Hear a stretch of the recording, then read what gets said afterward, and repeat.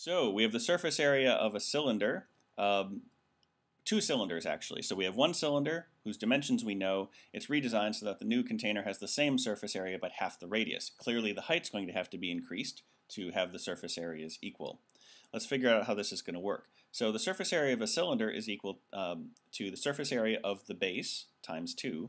The base is just a circle of a cylinder, so pi r squared is the base of a cylinder. There's two of them, two ends on the cylinder, so we have 2 pi r squared. And then we have the sort of sides of the cylinder. And if it helps to think about this way, imagine the cylinder is like a soup can or something like that. If you peel off the label, it ends up being a rectangle with the width being the height of the cylinder, and the length is equal to the circumference of the top or the bottom, circumference of the whole thing. Remember that the formula for circumference of a circle is 2 pi r. Let's just keep everything in terms of the radius rather than the diameter. And then that is in turn times the height. So this is the 2 pi r times the height. So that's the surface area of the sides of a cylinder.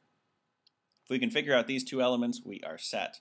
And of course we can, because they only give you problems that you can solve. So the old cylindrical container is, we're using this formula, so it's 2 times pi, the radius is 4, so that's 4 squared, plus 2 times pi times the radius, which is 4, times the height, which is 6. And that is 32 pi plus 48 pi, which equals 80 pi. There is our surface area of the old cylinder. Our new one, we don't have all the values. We don't know the height of it, but we can figure out the rest. The radius is half of what it was, so it's 2 times pi times 2 squared plus 2 times pi times 2, again, that's half the radius, times the height, which we don't know. So then that equals 8 pi plus 4 pi times the height equals 80 pi. 4 pi times the height equals 72 pi. And we get pi times the height equals 18 pi. So the height of the new cylinder equals 18.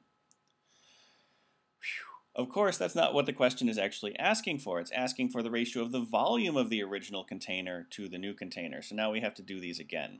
So we have the old volume over the new volume.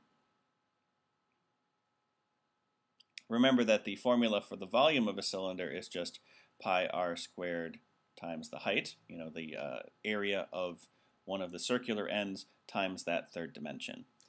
And we have all the numbers now, so pi r squared h for the old cylinder is going to be pi times that radius squared, so 4 squared times the height, which is 6,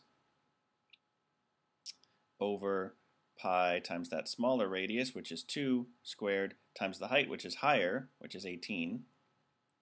Before we do any crazy multiplying, we can actually just reduce this. This can be 1 and this can be 3. We end up with 16 pi over 12 pi, which equals 4/3. Answer choice E.